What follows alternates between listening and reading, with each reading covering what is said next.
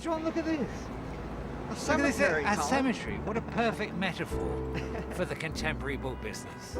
I mean, this really could be the graveyard of existing publishing. And Easter's right around the corner, isn't it? The resurrection. I'm John Oakes. And I'm Colin Robinson. We're actually standing outside what until a few months ago was a Barnes & Noble superstore and is now an empty shell. Yeah, this is what we're talking about. Borders is close to going out of business. Barnes & Noble just had to lay off 100 people in January. They're struggling too.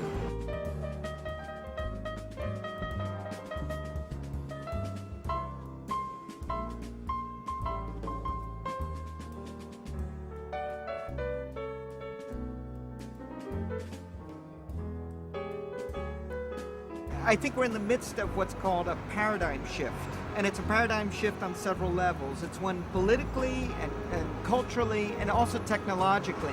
And as people are more comfortable with the internet, and in fact, it becomes something that's indispensable, reading is much more naturally an act that's done electronically on your handheld device or on your computer. And yet, OR books will still give people the option of reading in a traditional manner, of having a book that's printed on paper.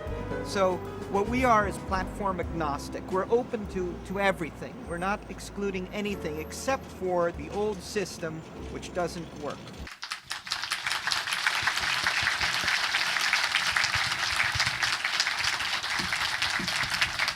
I'm here to talk a bit about my own experiences in the world of American publishing and perhaps to extract some lessons that may be applicable to the Japanese scene. Let me say that, of course, my viewpoint is an opinion, not absolute truth, that there are literally tens of thousands of publishers in the United States alone, many of whom are far more successful than I, and at least some of whom would disagree with my conclusions. As in Japan, the U.S. publishing industry has been facing some very difficult times. Some would say a prolonged period of decline. I'm not so sure. I think we're undergoing a massive transformation. Still, the indicators at hand would seem quite grim. For 2018, U.S. sales of all reporting publishers approximated $26 billion. That was just about level with 2017, which itself was down from an all-time high in 2014 of $28 billion. Not too long ago, I was reading about something called the Red Queen theory of evolution. This was first put forth by the American evolutionary biologist Lee Van Valen in the 1970s, and it has now been widely accepted. It was named after the bloody-minded chess piece in the classic book by Lewis Carroll, Through the Looking Glass. In the relevant passage, the Red Queen says to Alice, "It takes all the running you can do to keep in the same place." Van Valen applied this metaphor to evolution, suggesting that species are in a constant race for survival and continually must evolve new ways of defending themselves throughout time. It seems to me that this metaphor is exactly what we need to keep in mind when we're thinking about publishing today. My apologies for my very poor PowerPoint skills. But for me, this is what publishing, this is at the heart of what we're doing as publishers. We're taking or creating a desire, and we're satisfying it with resources which we as publishers provide. And as you can see at the bottom, that's basically, I'm translating the reader. We're fulfilling the desires of the reader as the publisher. Now I think we move into the actual mechanics of the book process. And I think this applies to from any publishing world, whether it's the ancient Greeks, modern America, or modern Japan. Again, we're starting with the idea, or as put into words by the author. The publisher takes that idea and then gets it to the consumer. A pretty basic process. Now, I just want to talk about how it actually works. And this is really more for the US model, because as I understand it, in Japan, agents are not such a force. And so you will notice that as I've sort of we've opened the hood of the car, so to speak, you'll notice that it's become a little more complicated, and there's a greater distance between the author and the end point, the reader, right? And I don't think we need to go through each of these steps, but this is really what happens, I think, with about, well, I can't give a percentage, but certainly most books in America are brought to a publisher by an agent. And the agent often, more and more, takes the place of what used to be done by an editor at the publisher's house. The agent works with an author, brings it to the publisher. The publisher, in turn, takes the book out to distributors, which in turn send it out to stores, which eventually gets to the reader or the consumer.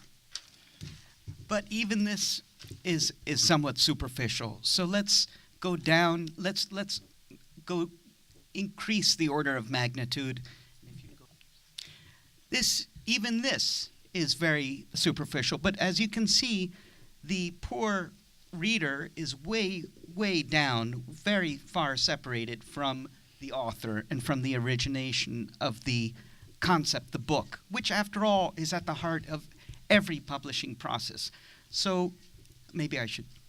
So you can see that really this is really how books are done. What this is, it's a portrait of a system that does not work very well.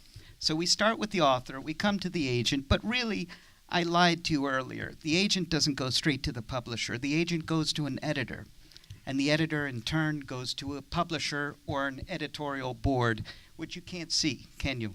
It's all so complicated. Please.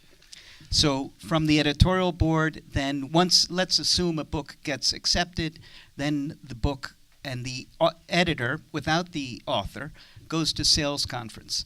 Then there are the sales reps, that's short for sales representatives. The salespeople actually go fan across the United States.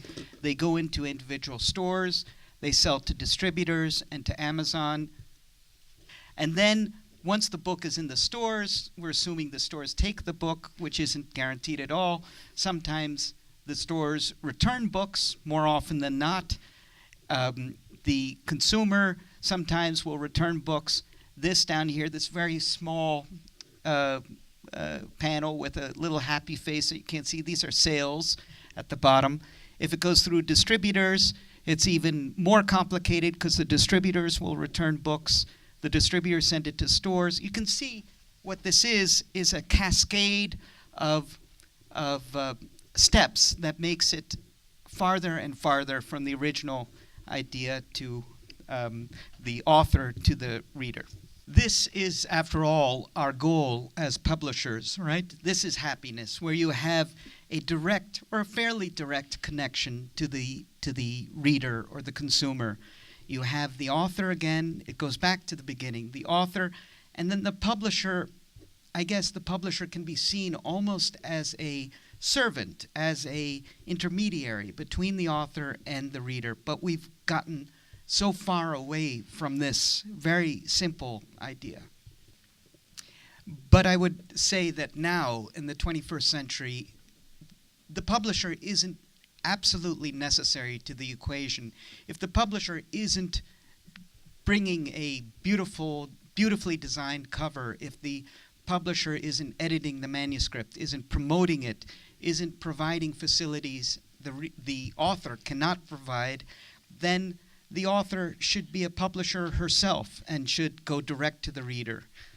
So, in the United States, we're faced with a creaky, dysfunctional distribution system in which a blizzard of suppliers and vast amounts of product, according to some figures, up to 1 million new titles per year in the US alone, are being thrust or being offered to a consumer base that is at the same time shifting its preferred mode of consumption.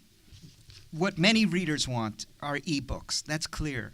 What has been, by and large, the reaction of the big publishing houses? Not 1 month after that historic Christmas Day in 2009, when Amazon recorded for the first time ever that it sold more ebooks than print books, two of the largest publishers in the United States, Simon & Schuster and Hachette, announced that their release of less expensive ebooks would follow the initial release of expensive hardcovers, print books, by 4 months. They do this, they say, to protect margins, that is, the profit they make on hardcover books. What is the result? In the middle of publicity surrounding a book's initial release, no ebook is available. Price-conscious consumers understandably lose enthusiasm for a particular book. We all have other things to do. There are many demands on our attention. Few readers will wait for an ebook. They just move on. Not only that, when the large houses do release ebooks, they often insist on digital rights management, or DRM, which prevents an ebook from being shared even among a reader's own devices. The result must be to alienate publishers' most eager, most open-minded customers. Last year, for the first time ever, according to figures by reporting publishers, total online sales equal total sales sold in physical stores. And yet, it is often said in the United States that ebook sales, both in units and numbers, for the last several years have declined. That is true for the Association of American Publishers, but what that really indicates is that the market share of ebooks being sold by major publishers is going down.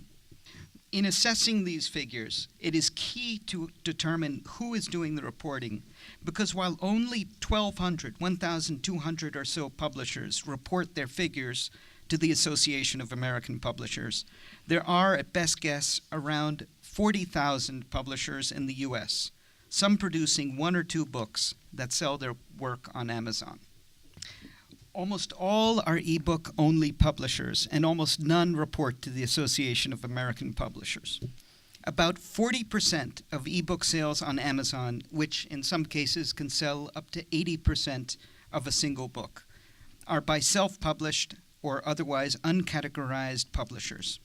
What does this mean? It means, at the least, that big publishers are losing an increasing amount of market share to the ebook independents, and that many, many small publishers are doing well, in some cases extremely well, selling ebooks to a public hungry for readily accessible, inexpensive reading matter. American publishers, and I would dare to suggest publishers and writers in any country with a robust internet culture, such as Japan, are presented with a great opportunity here. In 2008, just 1% of adult book sales in the United States were of ebooks. In 2017, ebooks represented about 14% of major publisher sales. At the same time, in 2017, for the first time, online sales were about equal to total store sales. I think if you look at the sales year by year, you'll see they go up and down, but the clear trend is up. And I predict 2 things. That trend will accelerate, online sales will overtake store sales by far, and e-reading will continue to increase. The conclusion can only be that there's an explosion right now of accessibility of books and therefore of reading. I would furthermore say this is neither good nor bad, it is just the way things are. But we as publishers need to connect with our roots, selling direct to our audience. They are waiting for us. Let me close by saying, Hon no bijinesu wa ningen kankai ni sase rarete uru. The business of books is supported by human relationships. Thank you very much.